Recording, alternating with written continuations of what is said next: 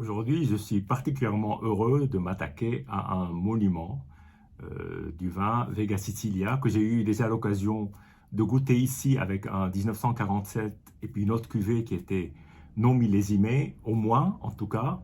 C'est un de mes vins fétiches. Je trouve que ce vin est absolument exceptionnel. Quand il est très réussi, il peut être l'équivalent des plus grands crus du monde. Et en particulier, mon regard se tournerait plutôt vers Bordeaux parce que on retrouve certaines des grandes caractéristiques des plus grands noms du Bordelais. Et de toute façon, Vega Sicilia n'a pas besoin de moi pour sa réputation parce qu'il est déjà un emblème mondial du vin. Alors aujourd'hui, je m'attaque à un millésimé 1968. Alors cette bouteille a toute une histoire. Alors évidemment, ici, je ne prétends pas goûter le Vega Sicilia Unico 1968 dans sa globalité, parce que chaque bouteille est évidemment différente. Cette bouteille a une histoire très particulière, parce que elle m'est parvenue, il y avait une très légère fuite du bouchon, et donc comme on peut le voir, l'étiquette est légèrement abîmée, et ça s'est fait pendant le transport. Il y a eu sans doute un peu de perte de vin, mais très peu. Et là, on est un tout petit plus bas que la mi-épaule. Et donc, ça ne veut rien dire, parce qu'on peut avoir des bonnes surprises avec des bouteilles qu'on dit niveau vidange, et puis être très déçu par les bouteilles dont le niveau est normal, comme on dit, c'est-à-dire au plus haut. Alors là, on est quelque part intermédiaire, on est encore dans la zone, on va dire, orange, ni vert ni rouge.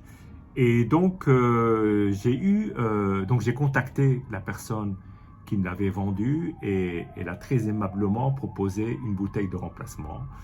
Mais celle-ci, évidemment, elle est unique. Donc, je me suis dit qu'un jour, j'allais l'ouvrir et sans trop tarder, parce qu'à partir du moment, effectivement, il y a un peu de vin qui peut sortir de la bouteille. Donc voilà. Alors, j'ai eu quelques mal à sortir le bouchon, mais à la fin, évidemment, quand ça fonctionne, c'est une victoire. Donc d'abord, j'ai voulu utiliser un tire-bouchon normal et j'ai tout de suite compris que ce n'était pas la peine parce que tout de suite, le bouchon s'est très légèrement enfoncé.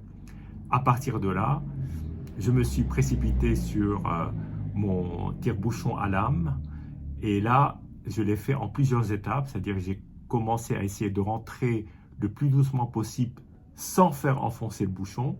Ça, c'est important parce que parfois, avec les bouchons à lame, le bouchon s'enfonce. Et donc, j'ai réussi. Et donc, j'ai remonté le bouchon jusqu'à ce qu'il arrive au-dessus du goulot avec la possibilité de pouvoir le tenir avec les doigts. Et là, en tenant le bouchon avec les doigts, j'ai réenfoncé le tire-bouchon à lame jusqu'au moment où le tire-bouchon touche le haut des lames. À partir de là, le tour est joué. Et là, victoire, le bouchon sort, il est magnifique. Voilà, alors il est évidemment imbibé de vin tout le long, il est rouge, mais bon, on ne sait pas encore ce que ça va donner, donc je ne vous cache pas que c'est avec à la fois de l'émotion, de l'appréhension que je déguste ce vin, sachant que voilà, c'est tout de suite là que je le fais. J'ai pas encore goûté, donc on va bien voir. Alors quelques mots sur sur ce millésime. Alors à l'époque où il avait été disponible, je pensais dans les années 80, parce que ce sont quand même parfois de très longs élevages et puis de longues mises en bouteille avant sortie du chai. C'est très typique de la maison Vega Sicilia. Robert Parker avait déclaré que 1968 et 1970 étaient les deux plus grands millésimes de Vega Sicilia. Alors ça, c'était à l'époque. Et pour ceux qui connaissent un peu les millésimes, mettons dans le Bordelais, 1968 est une année horrible. Il y a eu d'ailleurs très peu de vin et en général, ils ne sont pas bons, ils sont dilués au bout de quelques années. Donc c'est une année vraiment, vraiment à oublier, sauf à de rares exceptions. Et là, curieusement, dans le Ribera del Duero, les conditions météorologiques étaient toutes différentes et ont permis donner naissance à des vins extraordinaires, dont ce Vega Sicilia Unico. Alors, ce Vega Sicilia Unico est à 70% de Tinto Fino, comme on l'appelle dans le Ribera, mais c'est le même cépage que le Tempranillo, il n'y a pas de différence. Il y a 20% de Cabernet Sauvignon, ce qui est quand même pas mal, et 10% de trois autres cépages, Merlot, Malbec, assez étonnamment, et puis de l'Albio Blanco, qui est un cépage pour des Rioja blancs. Donc, voilà. Alors maintenant, sans plus tarder, ben, il faut s'y atteler. Donc, voilà.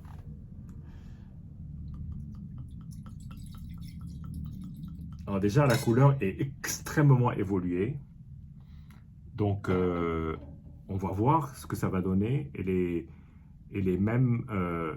à voir comme ça de loin, je dirais c'est un vin qui est passé. Pour pas dire peut-être qu'il est foutu. Mais moi, j'aime pas trop m'arrêter là. Et je me dis parfois qu'il faut donner sa chance au vin.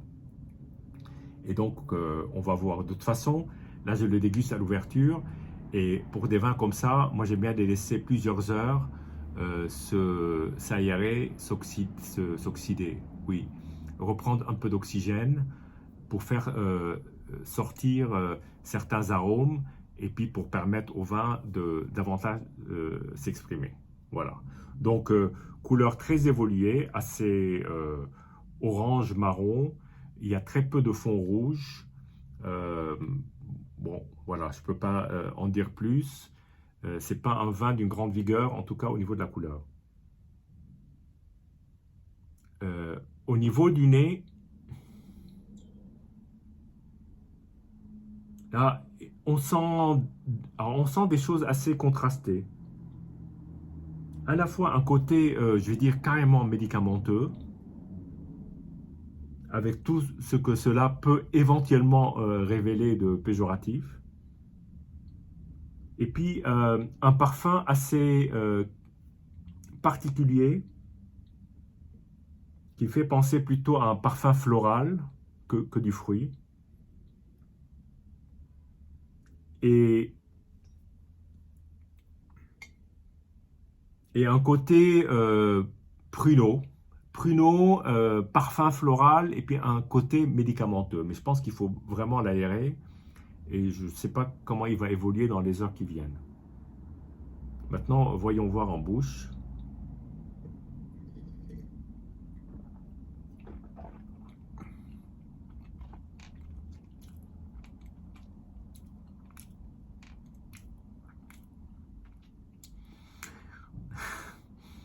Alors, c'est un vin qu'il faut prendre le temps d'apprécier, parce que certains palais vont être réfractaires à ce type de vin. On dit, oh, c'est un vin, surtout ceux qui sont habitués à boire que des vins jeunes. Et moi, j'ai plus l'habitude de boire des vins anciens. Et il m'est arrivé, évidemment, de tomber sur des bouteilles qui étaient complètement foutues. Ça m'est arrivé d'ailleurs sur un Bordeaux, ici même, et un grand nom. Et ça arrive. Et le nom n'est absolument pas en cause. Comme on dit, il n'y a pas de bonne ou de mauvaise cuvée, il y a des bonnes ou des mauvaises bouteilles.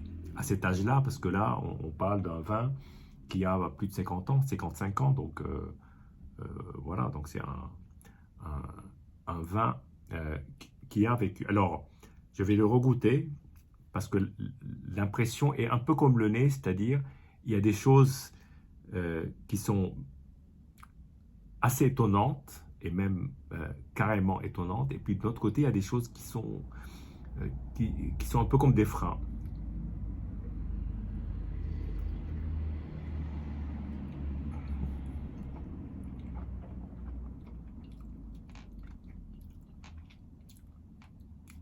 Alors, ce qui frappe d'abord, c'est qu'il y a une assez forte acidité, qui je pense est un peu excessive par rapport à ce que je sais des vins de Vega Sicilia.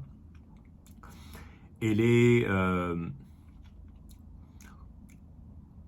masque un peu les arômes du vin, mais il y a un côté extrêmement doux, un côté balsamique et une texture que je reconnais dans les vins que j'ai déjà dégustés de cette maison.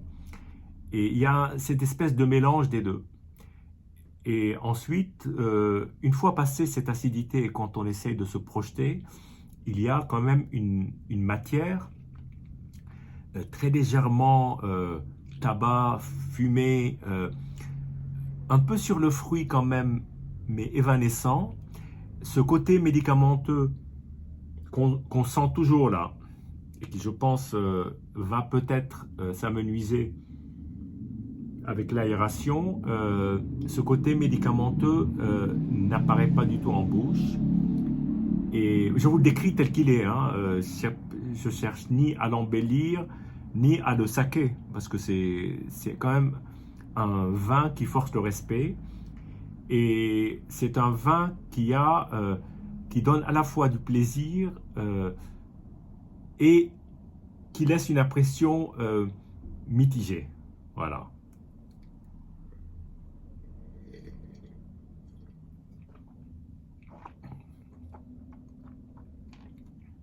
Alors, il reste ce côté balsamique, ce côté pruneau, avec une assez belle acidité, et puis une assez grande persistance en bouche, qui laisse penser que ce vin est à moitié inachevé ou à moitié achevé, en fonction de quel côté on veut regarder les choses.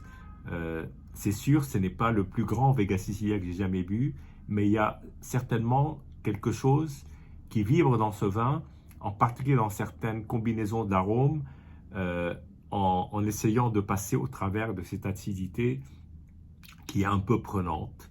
Mais bon, voilà, ce fut une expérience amusante, intéressante, sur une bouteille qu'on aurait pu qualifier de finie.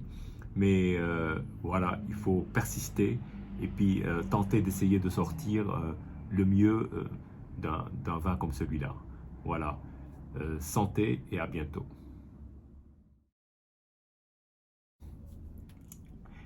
Retour à Vega Sicilia, cette fois-ci sur l'autre grand millésime du siècle, 1970.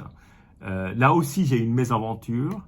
La bouteille est arrivée très légèrement trempée par le vin, et d'ailleurs l'étiquette est encore plus inquiétante que le 1968, parce qu'effectivement quand on voit ça on est un peu inquiet. Alors, le niveau est à peu près identique, et là aussi alors il y avait une fuite et la bouteille a été remplacée par une bouteille impeccable du même millésime. Donc c'est celle-ci que j'ouvre en priorité, parce que pour peu qu'il y ait un contact même infime avec l'air, le vin va évidemment s'oxyder et s'abîmer plus vite. C'est des choses qui arrivent malheureusement très souvent dans les transports des vins qui sont anciens, comme celui-là qui a 55 ans, un peu moins, mais bon, c'est des choses malheureusement qui arrivent. Alors, ce qu'on peut dire d'abord sur le bouchon, ben, j'ai rencontré un bouchon très semblable à celui du 1968. Par contre, j'ai été un peu plus prudent et j'ai tout de suite attaqué avec le tire-bouchon à lame, et ce qui a parfaitement fonctionné. Donc je l'ai fait comme pour le 968 en deux temps, c'est-à-dire que j'ai enfoncé et j'ai à moitié pour faire remonter le niveau du bouchon, que je puisse le tenir pour aller jusqu'au bout, jusqu'en haut des lames, et ensuite j'ai extrait, et évidemment j'étais très heureux de ma réussite, parce qu'on ne sait jamais, des fois on a des bouchons qui s'effritent et qui se retrouvent en petits morceaux dans les vins, et là très vite il faut décanter avec un filtre pour que d'abord les morceaux de liège ne se retrouvent pas dans le vin, ce qui n'est jamais agréable, et en plus éventuellement qu'ils interagissent avec les arômes parfois délicats d'un vin comme celui-là. Alors 1970, c'est une assez belle année si on se réfère dans le Bordelais. C'est pas une des plus grandes années, mais c'est plutôt une bonne année. Et là, Henri Barret del Duero, c'est une année exceptionnelle. En tout cas, chez Vega Sicilia, ça a donné, semble-t-il, des vins absolument exceptionnels. Donc, on va juger sur pièce. Alors, déjà, la couleur, on va voir si on est face à un vin qui est semblable au précédent. Parce que là, je le juge pour la première fois. Effectivement, la couleur est en tout point identique au 1968. Donc, ce qui laisse peut-être présager un vin très similaire. Et on va voir ça sur pièce. Le nez est très semblable. Et très semblable, je dirais même qu'il est encore un peu plus ce côté médicamenteux que j'avais trouvé dans 1968. Et bon, le nez est pas terrible. On retrouve un peu de noix, un peu plus de noix que dans le 108, ce qui n'est pas forcément très bon signe. Ça veut dire que le vin a peut-être commencé un tout petit peu à, à évoluer vers des arômes très tertiaires. Mais il y a quand même quelque chose d'intéressant. Un parfum que je pourrais qualifié d'hydromel ou des choses semblables.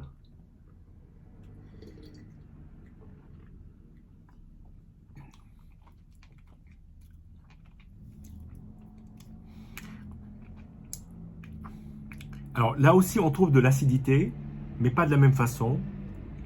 Il a un côté un peu plus lacté. Il est plus, peut-être, une matière plus présente, un peu plus d'opulence, mais toujours ce toucher très typique de Vega Sicilia, qui est un toucher assez fin, délicat.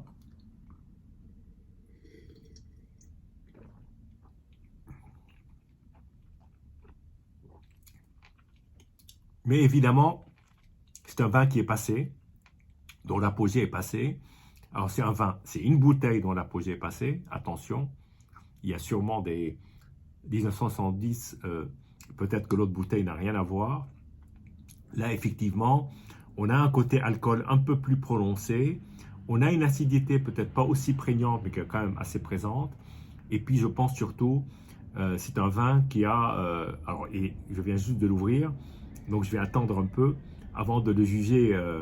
Mais à première ouverture, comme ça, c'est un vin qui a passé son apogée, qui a quelques beaux restes, mais il faut être dans la méditation et dans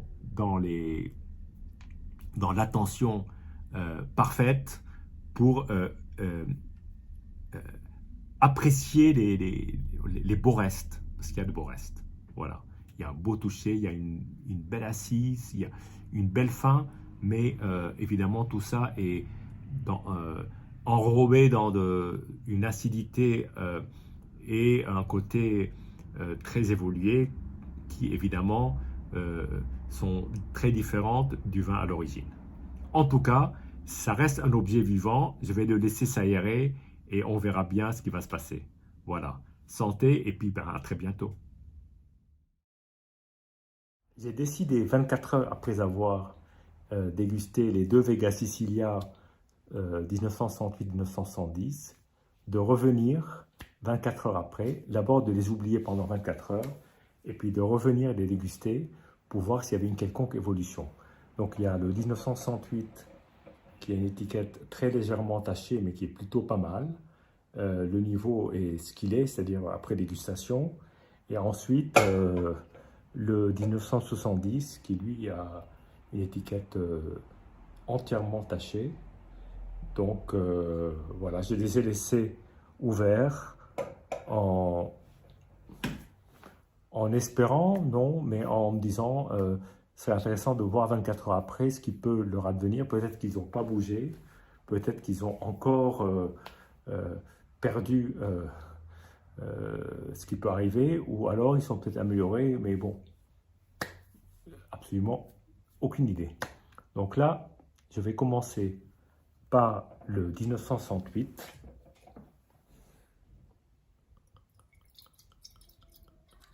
Donc je vais pas revenir sur la couleur, qui est très évoluée.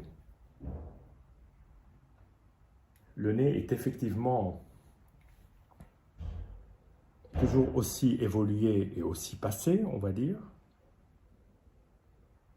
qui tourne un peu plus vers la noix.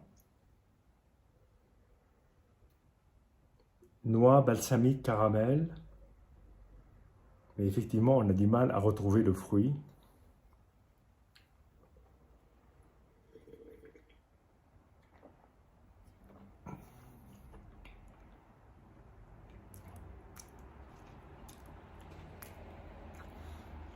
Je ne sais pas si c'est l'habitude, mais je trouve que ce vin a quand même de beaux restes, dans le sens que il y a évidemment des marqueurs qui sont des marqueurs d'un vin vieux, sans aucun doute, mais il y a à côté de cela euh, une certaine aromatique qui est très complexe, qui a une certaine finesse, mais qui évidemment, il faut vraiment se concentrer très fortement pour essayer d'en apprécier avec évidemment beaucoup de patience et de résilience, d'une certaine façon, pour pouvoir bien apprécier ces aromatiques qui sont quand même des aromatiques assez complexes et assez belles.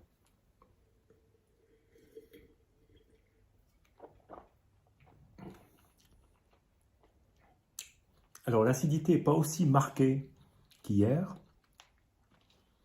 même si elle est quand même assez présente. Il y a un côté un peu plus salin, et puis il y a quand même une sorte de fruit confit euh, euh, avec des fruits secs qui n'est pas désagréable. Voilà. C'est pas mal. C'est mieux qu'hier en tout cas. Bon, maintenant je vais faire la même chose avec le 1970.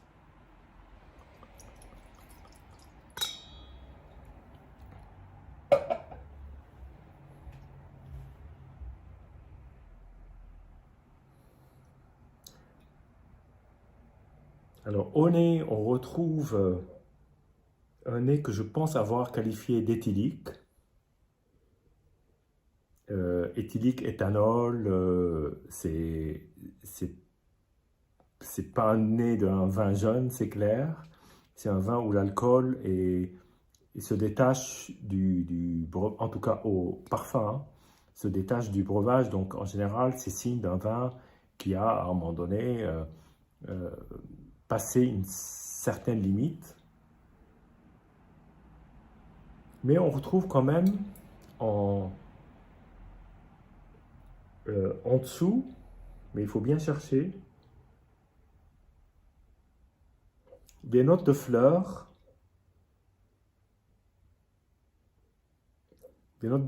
d'épices un peu poivrées, qui sont intéressantes en tout cas.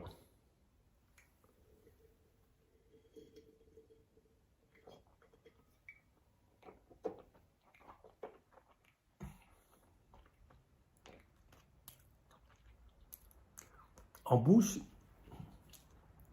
je dirais qu'il a évolué comme le premier, en mieux.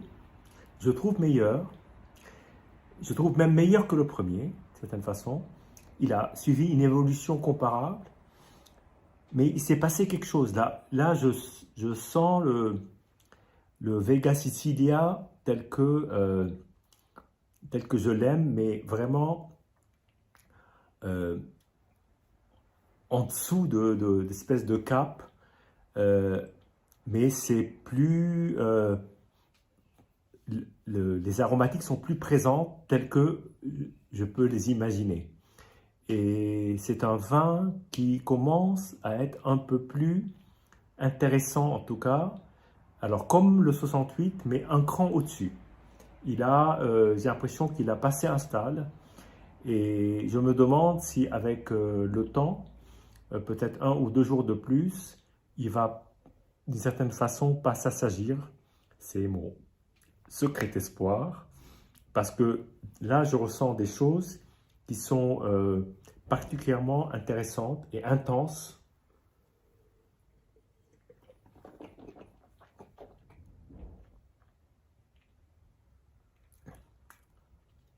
tout cas, j'ai plus de plaisir réellement à déguster ce vin qu'hier, ça c'est clair. Et d'ailleurs, le premier aussi, mais là, un cran au-dessus. Il y a cette salinité qu'on retrouve dans le premier que je ne retrouvais pas forcément hier. L'acidité a énormément baissé dans les deux cas. Elle est beaucoup moins omnipotente, elle est présente, mais il y a des arômes un peu plus confiturés, un peu plus confits, qui tendent aussi vers les fruits secs dans les deux cas. Et je vais regoûter le premier, juste pour voir.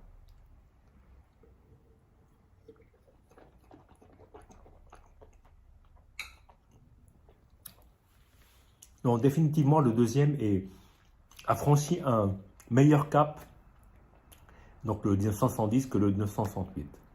Voilà. Donc c'était une expérience très intéressante. Peut-être que je tenterai de renouveler dans les prochains jours, qui sait.